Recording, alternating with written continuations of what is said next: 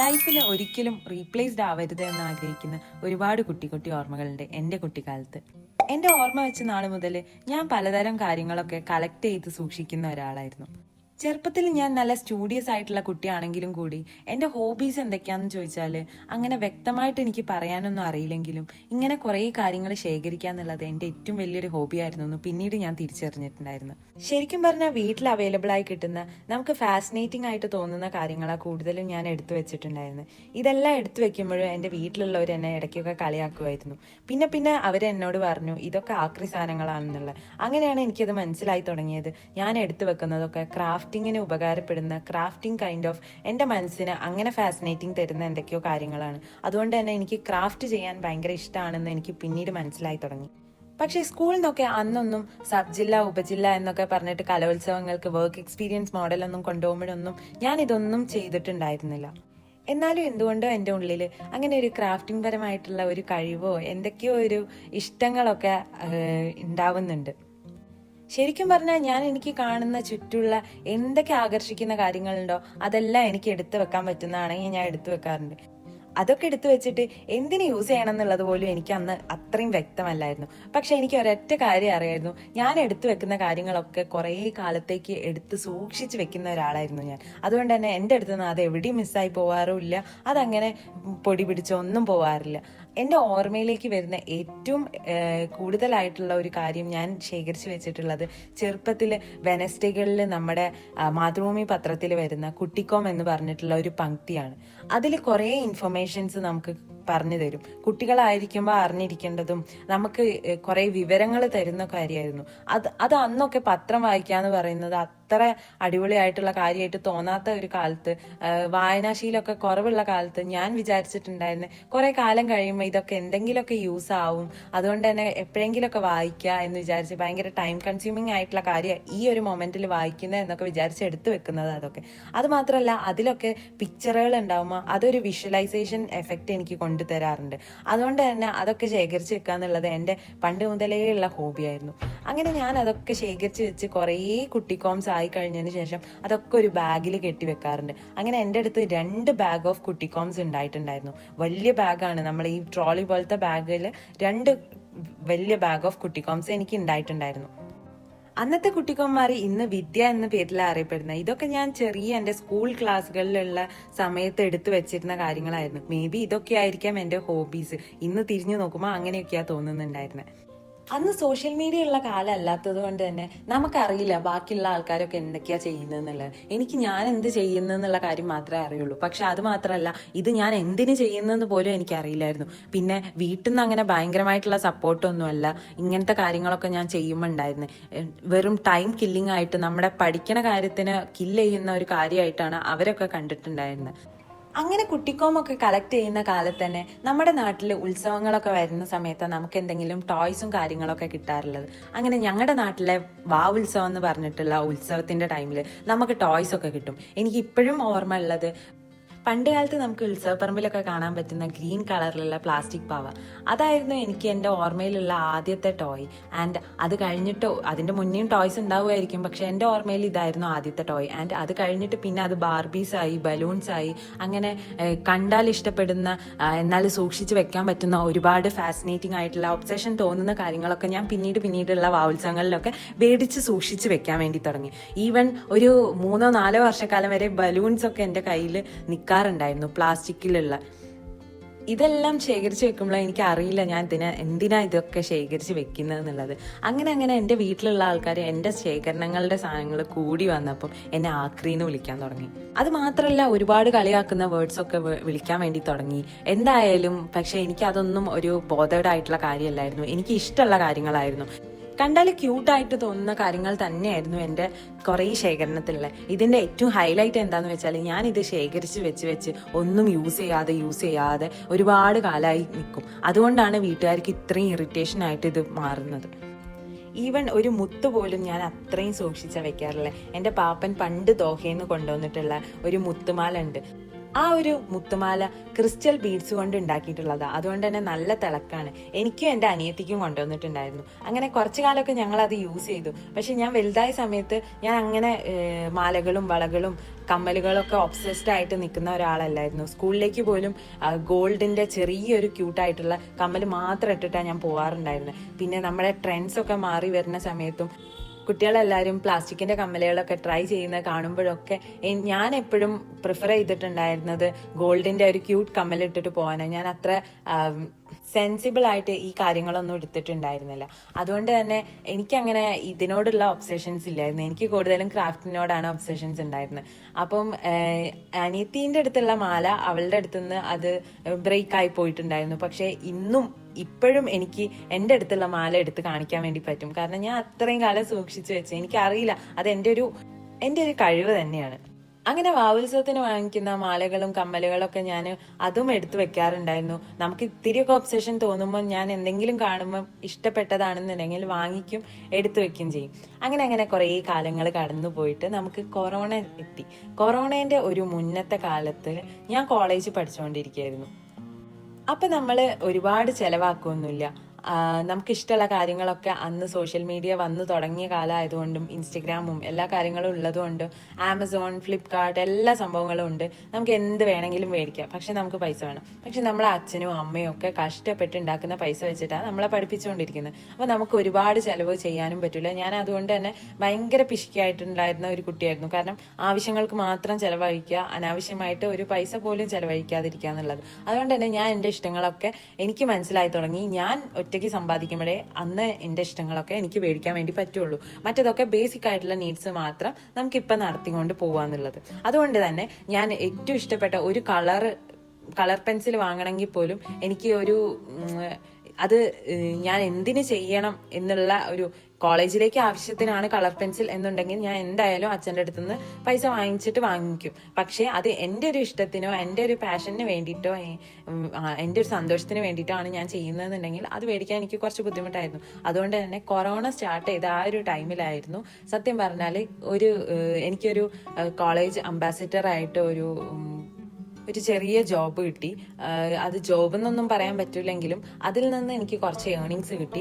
അതൊക്കെ വെച്ചിട്ട് ഞാൻ എനിക്കൊരു ജേർണലും കളേഴ്സും ഒക്കെ മേടിച്ചിട്ടുണ്ടായിരുന്നു. ആ സമയത്തായിരുന്നു കൊറോണ സ്റ്റാർട്ടിങ് ആയിട്ടുണ്ടായിരുന്നത്. പിന്നെ നമ്മൾ ഫുള്ള് ലോക്ക്ഡൗൺ ആയിട്ട് വീട്ടിലായ സമയത്താണ് ഞാൻ പതിയെ ആ കൊറോണ സ്റ്റാർട്ട് ചെയ്യുന്നത് മാർച്ചിലാണെങ്കിൽ ആ മാർച്ചിന്റെ മുന്നത്തെ ഡിസംബറിൽ 2019 ഡിസംബറിൽ ഞാൻ എൻ്റെ കസിൻസിന്റെ കൂടെ ട്രിപ്പ് പോയ സമയത്ത് ഒരു യൂട്യൂബ് ചാനലിൽ സ്റ്റാർട്ട് ചെയ്തിട്ടുണ്ടായിരുന്നു. യൂട്യൂബ് ചാനലല്ല ആദ്യം സ്റ്റാർട്ട് ചെയ്തത്. യൂട്യൂബ് ചാനലിൽ ഇടാൻ വേണ്ടിയിട്ട് കുറച്ച് വീഡിയോസ് ആണ് എടുത്തിട്ടുണ്ടായിരുന്നത്. അന്ന് ഞാൻ പോർട്രേറ്റ് മോഡലായിരുന്നു വീഡിയോസ് എടുത്തിട്ടുണ്ടായിരുന്നത്. എനിക്ക് അറിയ പോലും ഇല്ല യൂട്യൂബ് ചാനലിൽ ലാൻഡ്സ്കേപ്പ് മോഡലിലാണ് വീഡിയോസ് ഇടേണ്ടതെന്നുള്ളത്. അപ്പം ഞാൻ പോർട്രേറ്റിൽ എടുത്ത വീഡിയോസും മേർജ് ചെയ്ത് അതേമാതിരി തന്നെ ആ ക്ലിപ്സൊക്കെ ഞാൻ കൂടുതലും എടുത്തിട്ടുണ്ടായിരുന്നത് ഈ ഫാസ്റ്റ് ആയിട്ടായിരുന്നു. അപ്പം അതെല്ലാം മേർജ് ചെയ്ത് അതൊക്കെ ഒരു യൂട്യൂബ് ചാനലിൽ ഇട്ടിട്ടുണ്ടായിരുന്നു. അങ്ങനെ എനിക്ക് 45 സബ്സ്ക്രൈബേഴ്സ് ഒക്കെ ആയിട്ടുണ്ടായിരുന്നു. അതെല്ലാം അന്നത്തെ കാലത്ത് എൻ്റെ ഫ്രണ്ട്സ് തന്നെയായിരുന്നു. പിന്നെ ആ ഒരു ചാനലിന് എന്തോ ഒരു പ്രശ്നം പറ്റി. ആ സമയത്താണ് ഈ കൊറോണ വരുന്നതും. ഞാൻ എന്ത് ചെയ്തു, വേറൊരു ചാനൽ ഉണ്ടാക്കി. ആ ചാനൽ എൻ്റെ ഫ്രണ്ട്സിനും എൻ്റെ റിലേറ്റീവ്സിനും എല്ലാവർക്കും അയച്ചു കൊടുത്ത് എല്ലാവരെ കൊണ്ടും സബ്സ്ക്രൈബ് ചെയ്യിപ്പിച്ച് ഞാൻ ആദ്യത്തെ വീഡിയോ അങ്ങോട്ട് പോസ്റ്റ് ചെയ്തു. ആദ്യത്തെ വീഡിയോ പോസ്റ്റ് ചെയ്യുന്ന സമയത്ത് ഞാൻ കറക്റ്റ് എൻ്റെ എക്സാം എഴുതിയിട്ട് കംപ്ലീറ്റ് ചെയ്ത് നിൽക്കുക. കാരണം നമ്മൾ എക്സാംസിനെ ഒന്നും ബാധിക്കരുത്, അതാണ് പ്രയോറിറ്റി എന്നുള്ളത് വെച്ചിട്ടാണ്, ഫ്യൂച്ചറിലേക്ക് അതാണ് ഏറ്റവും ആവശ്യം എന്നുള്ളത് വെച്ചിട്ട് അതിന് പ്രയോറിറ്റൈസ് ചെയ്തതിന് ശേഷം മാത്രമേ ഈ ഒരു കാര്യം ചെയ്യാൻ വേണ്ടി നിന്നുള്ളൂ. അപ്പം അങ്ങനെ എക്സാംസ് കഴിഞ്ഞ ഉടനെ തന്നെ ഞാൻ ഈ ഒരു വീഡിയോ എടുത്തു വെച്ചിട്ടുണ്ടായിരുന്ന വീഡിയോ എഡിറ്റ് ചെയ്ത് പോസ്റ്റ് ചെയ്തു. എനിക്കതിന് ഞാൻ വിചാരിക്കാത്ത അത്ര ഓവർവെൽമിങ് ആയിട്ടുള്ള റെസ്പോൺസാണ് കിട്ടിയിട്ടുണ്ടായിരുന്നത്. ഒരുപാട് ഷെയറും ഒരുപാട് ലൈക്കും ഒരുപാട് കമൻസും. എൻ്റെ ഫ്രണ്ട്സാണ് എല്ലാവരും, എൻ്റെ ഫ്രണ്ട്സിന് വരെ എല്ലാവർക്കും ഷെയർ ചെയ്ത് കൊടുത്ത് അങ്ങനെ ഒരു വേൾഡ് വൈഡ് ആയിട്ട് തന്നെ ഒരു ഷെയർ പോയിട്ടുണ്ടായിരുന്നു. അന്നത്തെ കാലത്ത് ഒരു 10K വ്യൂസ് ആ ഒരു ഫസ്റ്റ് വീഡിയോക്ക് ഉണ്ടായിരുന്നു. ശരിക്കും പറഞ്ഞാൽ ഫസ്റ്റിന്ന് സെക്കൻഡിലേക്ക് ഇമ്പ്രൂവ്മെന്റ് ആയിരുന്നു കൊണ്ടുവന്നത്. ആ ഒരു ഫസ്റ്റ് വീഡിയോ സത്യം പറഞ്ഞാൽ എനിക്കൊരു ബേർഡൻ ആയിരുന്നു. ഈശ്വര, ഇതിനേക്കാളും നന്നായിട്ട് ചെയ്യണമല്ലോ എന്നുള്ള തോട്ടായിരുന്നു. ആൻഡ് ലൈക്ക് അതിൽ ഉണ്ടായിരുന്ന കമന്റ്സ് ആയിരുന്നു, വോയിസ് ഓവർ നല്ലതാ, പ്രിറ്റി ആയിട്ടുള്ള വോയിസ് ആണ്, പ്രസന്റേഷൻ നല്ലതാണ്, കീപ് ഗോയിങ്, എൻ്റെ അടുത്ത് നിന്ന് ഇത്രയും എക്സ്പെക്ട് ചെയ്തിട്ടുണ്ടായില്ല, അങ്ങനെ ഒരുപാട് കാര്യങ്ങൾ എനിക്ക് ആയിട്ട് കിട്ടും. അതൊക്കെ ഇൻസ്പയറിംഗ് ആയിട്ടും കിട്ടിയിട്ടുണ്ടായിരുന്നു. ആൻഡ് അങ്ങനെ ആ ചാനലിൽ ഞാൻ വീഡിയോസ് ഒക്കെ ഇട്ട് തുടങ്ങി, കുറച്ചൊക്കെ എഫേർട്സ് ഇട്ട് തുടങ്ങി. അന്നൊന്നും ട്രൈപോഡ് ഇല്ലായിരുന്നു. അപ്പൊ ട്രൈപോഡിന്റെ ചലഞ്ചസ് ഒക്കെ മാറ്റി പല രീതിയിൽ ബുക്സ് ഒക്കെ അട്ടിക്ക് വെച്ച് അതിന്റെ മുകളിൽ 2 കമ്പൊക്കെ വെച്ച് അതിന്റെ മുകളിൽ ഫോണൊക്കെ വെച്ച്, അന്ന് പറയുമ്പം നല്ല അടിപൊളി ക്യാമറ ഉള്ള വീഡിയോ ക്വാളിറ്റി ഉള്ള ഫോണൊന്നുമല്ല. അപ്പൊ അതൊക്കെ വെച്ച് ഞാൻ ഷൂട്ടൊക്കെ ചെയ്ത് അതിനുശേഷം മെല്ലെ ഞാൻ പുതിയൊരു ട്രൈപോഡ് ചെറിയ അഫോർഡബിൾ ആയിട്ടുള്ള ഒരു 300 രൂപ റേഞ്ചിൽ കൂട്ടി വെച്ച പൈസ വെച്ചിട്ട് മേടിച്ചിട്ടുണ്ടായി. അങ്ങനെ ആ ട്രൈപോഡ് മേടിച്ചതിന് ശേഷം സത്യം പറഞ്ഞാൽ ഞാൻ ആ ട്രൈപോഡിൽ ഒന്നും വീഡിയോസ് എടുത്തിട്ടുണ്ടായില്ല. ആ ഒരു ടൈമിലേക്ക് ഞാൻ കുറച്ച് കോൺഫിഡൻസ് എത്തി തുടങ്ങിയിട്ടുണ്ടായിരുന്നു എൻ്റെ ഫേസ് കാണിച്ചിട്ട് വീഡിയോ ചെയ്യാന്നുണ്ടായിട്ട്. അങ്ങനെ ഞാൻ ഫേസ് കാണിച്ച് വീഡിയോ ചെയ്യാൻ തുടങ്ങി. അപ്പോഴേക്കും എനിക്ക് ഓൾമോസ്റ്റ് ഒരു 500 സബ്സ്ക്രൈബേഴ്സിൻ്റെ അടുത്ത് എത്തിയിട്ടുണ്ടായിരുന്നു. ഞാൻ ഭയങ്കര ഹാപ്പി ആയിട്ടാണ് ആ ഒരു യൂട്യൂബ് ചാനലിനെ എടുത്തിട്ടുണ്ടായിരുന്നത്. അങ്ങനെ ഞാൻ ഫേസ് കാണിച്ചിട്ട് വീഡിയോസ് ചെയ്യുന്നതിൻ്റെ ഒരു ഇൻട്രൊഡക്ഷൻ ആയിട്ട് ഞാനൊരു കൈൻഡ് ഓഫ് ഡയറക്ഷനിൽ ഒരു ചെറിയൊരു ഇൻട്രോ സെറ്റ് ചെയ്യാമെന്ന് വിചാരിച്ചു. അങ്ങനെ എനിക്കിഷ്ടമുള്ള കാര്യങ്ങളും കാരണങ്ങളൊക്കെ പറഞ്ഞുകൊണ്ട് ഒരു ഇംഗ്ലീഷിലൊരു ഇൻട്രോ ഞാൻ സെറ്റ് ചെയ്തു, എഡിറ്റ് ചെയ്തു, അപ്ലോഡ് ചെയ്തപ്പോഴല്ലേ ഭയങ്കര പ്രശ്നം. വീട്ടിലൊക്കെ ആകെ പ്രശ്നം. ആ വീഡിയോ ടേക്ക് ഡൗൺ ചെയ്യണം എന്ന് പറയുന്നു, എനിക്ക് കല്യാണത്തിന് ചെക്കനെ കിട്ടൂല എന്ന് പറയുന്നു, എന്താ ഞാൻ ഈ കാട്ടിക്കൂട്ടി വെച്ചിട്ടുള്ളതെന്ന് പറയുന്നു. അങ്ങനെ ഭയങ്കരമായിട്ടുള്ള ഡിമോട്ടിവേഷൻസ് ആയിരുന്നു വീട്ടിൽ നിന്ന് ഉണ്ടായിരുന്നത്. പക്ഷേ എൻ്റെ ഫ്രണ്ട്സിൻ്റെ ഭാഗത്തുനിന്ന് ചെറിയ കളിയാക്കലുകൾ ഉണ്ടാവുമെന്ന് ഞാൻ വിചാരിച്ചിരുന്നെങ്കിൽ കൂടി അവർ ഭയങ്കര സപ്പോർട്ടീവായിട്ടാണ് നിന്നിട്ടുണ്ടായിരുന്നത്. പക്ഷെ വീട്ടിൽ നിന്ന് ഉണ്ടായിട്ടുള്ള ആ നെഗറ്റീവ് സപ്പോർട്ട് എനിക്ക് ഭയങ്കരമായിട്ട് എഫക്റ്റ് ചെയ്തു. ഞാൻ ആകെ ഡൗൺ ആയിപ്പോയി. അതുകൊണ്ട് തന്നെ എനിക്ക് മുന്നോട്ട് കൺസിസ്റ്റന്റ് ആയിട്ട് വീഡിയോസ് ഇടാനുള്ള ഒരു ഇഷ്ടം പോയി തുടങ്ങിയിരുന്നു.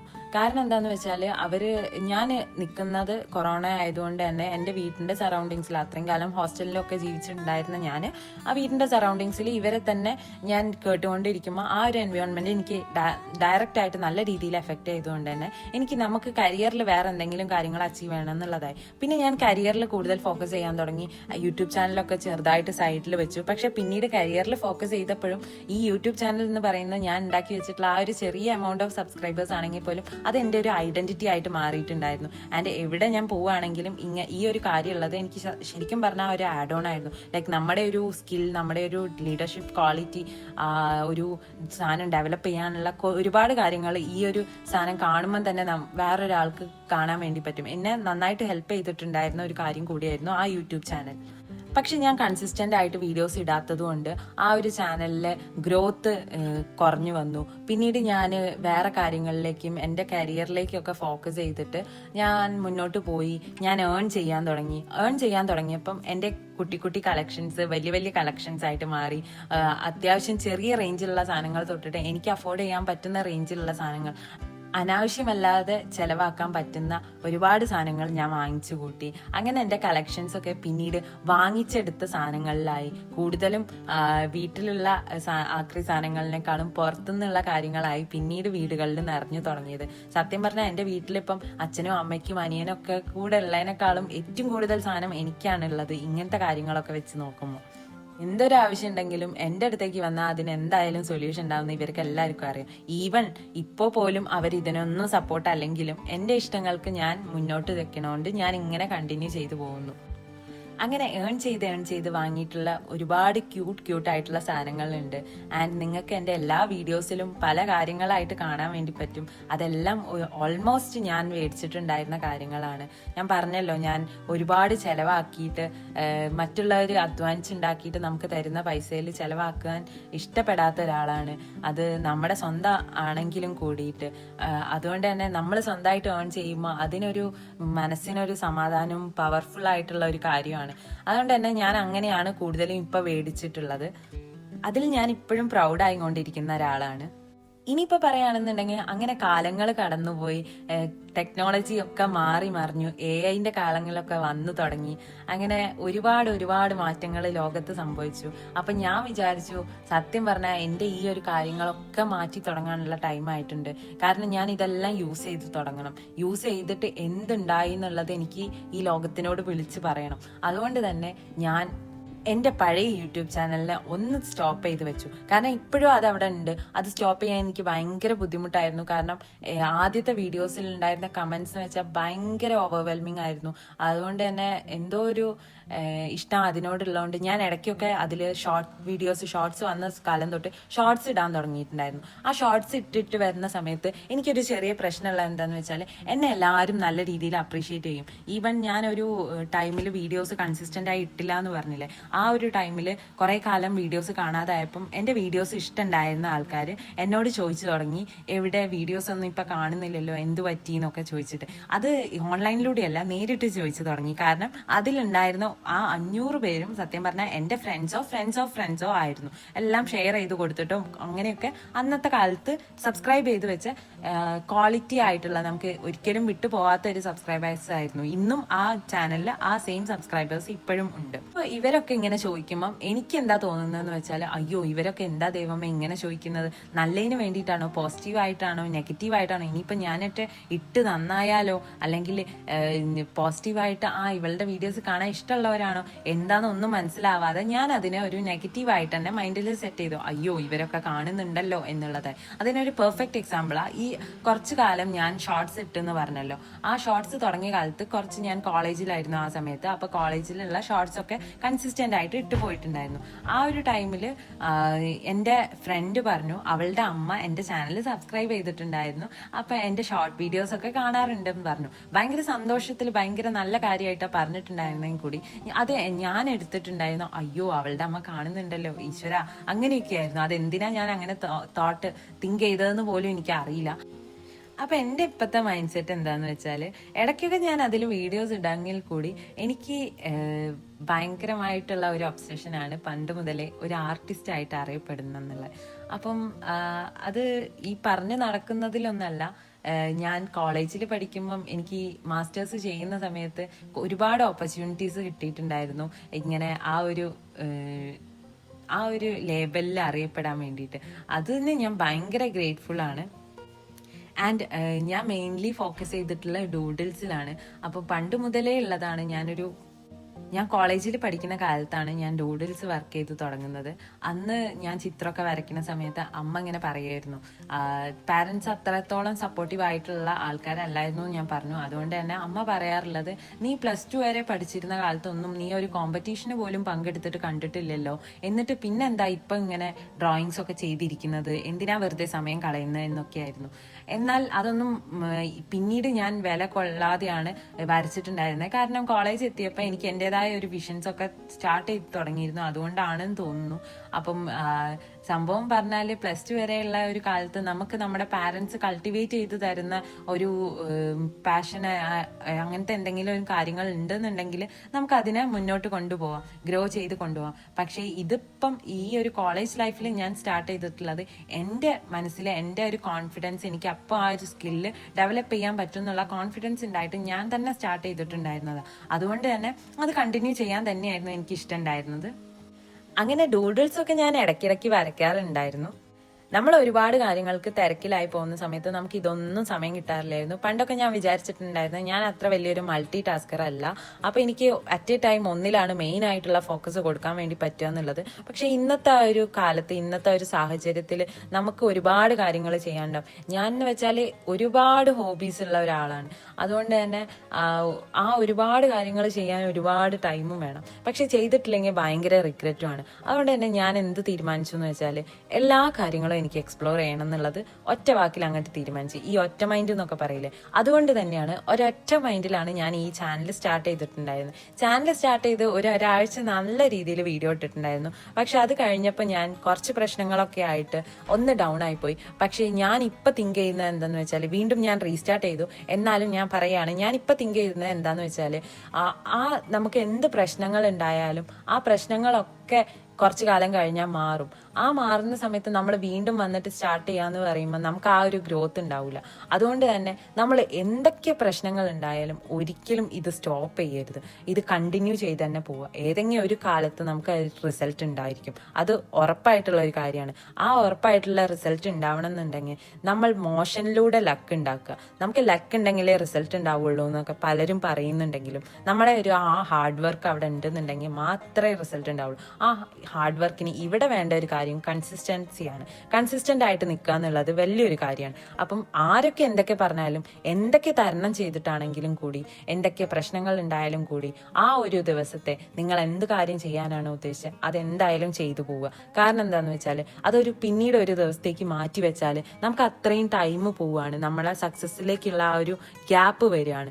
ആൻഡ് ആ ഒരു 1.5 ആഴ്ച ഗ്യാപ്പ് എടുത്ത് തിരിച്ചു വന്നപ്പം എനിക്ക് തോന്നിയിട്ടുള്ള ഒരൊറ്റ കാര്യമാണ്, എല്ലാ പ്രശ്നങ്ങൾക്കും ഒരു സൊല്യൂഷൻ ഉണ്ട്. എല്ലാ പ്രശ്നങ്ങളും കടന്നു പോവും.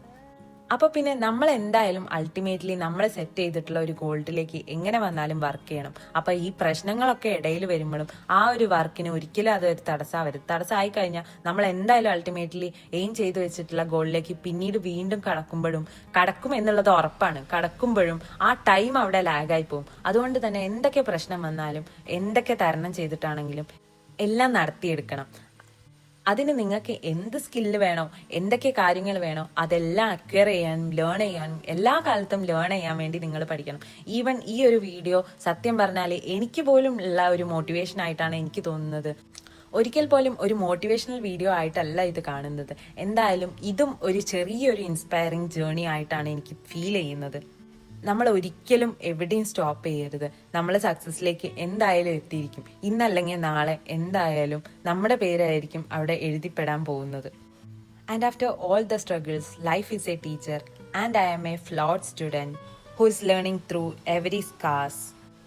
So let the life go and leave your dream life. Every problem has a solution and they will let you go in a good way.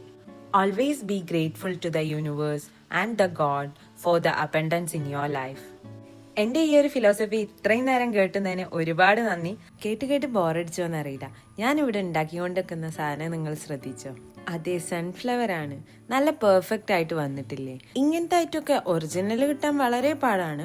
Duplicate ആണെങ്കിലോ ഷോപ്പിൽ നിന്ന് വാങ്ങി വെക്കാന്ന് വെച്ചാൽ നല്ല പൈസ ആയിരിക്കും. അപ്പൊ പിന്നെ 2 ക്രീപ്പി പേപ്പർ ഉള്ളതുകൊണ്ട് ഞാൻ വിചാരിച്ചു അതങ്ങോട്ട് ഉണ്ടാക്കാന്നുള്ളത്. നിങ്ങൾക്ക് ഈ വീഡിയോന്റെ ത്രൂ ഔട്ട് ഉള്ള പ്രോസസ്സ് കണ്ടാൽ അറിയാം ഇതെങ്ങനെയാ സൺഫ്ലവർ ആയിട്ട് മാറിയിട്ടുള്ളത് എന്നുള്ളത്. ശരിക്കും പറഞ്ഞാൽ സാധാ ക്രാഫ്റ്റ് ചെയ്യണ മാതിരിയല്ല ഇത് ടേൺ ഔട്ട് ചെയ്തിട്ടുള്ളത്.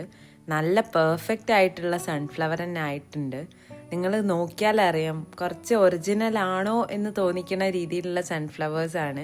അപ്പം എനിക്ക് ഏറ്റവും ഇഷ്ടമുള്ള ഒരു കാര്യമാണ് സൺഫ്ലവർ. ആൻഡ് എസ്തെറ്റിക്കലി പ്ലീസിങ് ആയിട്ടുള്ള ഒരു സംഭവമാണ്. നമ്മുടെ ടേബിളിലൊക്കെ വെക്കാൻ പറ്റുന്ന ഏറ്റവും നല്ലൊരു കാര്യമാണ്. എനിക്ക് തോന്നുന്നത് ഇനി അടുത്ത എൻ്റെ എല്ലാ വീഡിയോസിലും സൺഫ്ലവർ ഉണ്ടായിരിക്കും. അപ്പോൾ നിങ്ങൾക്ക് ഇഷ്ടമായെന്നുണ്ടെങ്കിൽ ഈ വീഡിയോൻ്റെ ത്രൂ ഔട്ട് നോക്കിക്കഴിഞ്ഞാൽ പ്രോസസ്സ് കാണാൻ വേണ്ടി പറ്റും. എൻ്റെ സംസാരമൊന്നും താല്പര്യമില്ല എന്നുണ്ടെങ്കിൽ അത് മ്യൂട്ടാക്കി വെച്ചാൽ മതി. നിങ്ങൾക്ക് എൻ്റെ ചാനൽ കയറി നോക്കിയിട്ട് ഇഷ്ടപ്പെടുകയാണെന്നുണ്ടെങ്കിൽ എല്ലാ വീഡിയോസും ലൈക്ക് ചെയ്യണം, നിങ്ങളുടെ തോട്ട്സ് കമൻറ്റ് ചെയ്യണം ആൻഡ് ഷെയർ ചെയ്യണം. കൂടെ ഇതുപോലെയും അല്ലാത്തയും ഡിഫറെൻ്റ് ആയിട്ടുള്ള വീഡിയോസുമായിട്ട് പിന്നെ കാണാം. അതിനുവേണ്ടി സബ്സ്ക്രൈബ് ചെയ്ത് വെച്ചോളൂ. അപ്പോൾ ശരി, പിന്നെ കാണാം.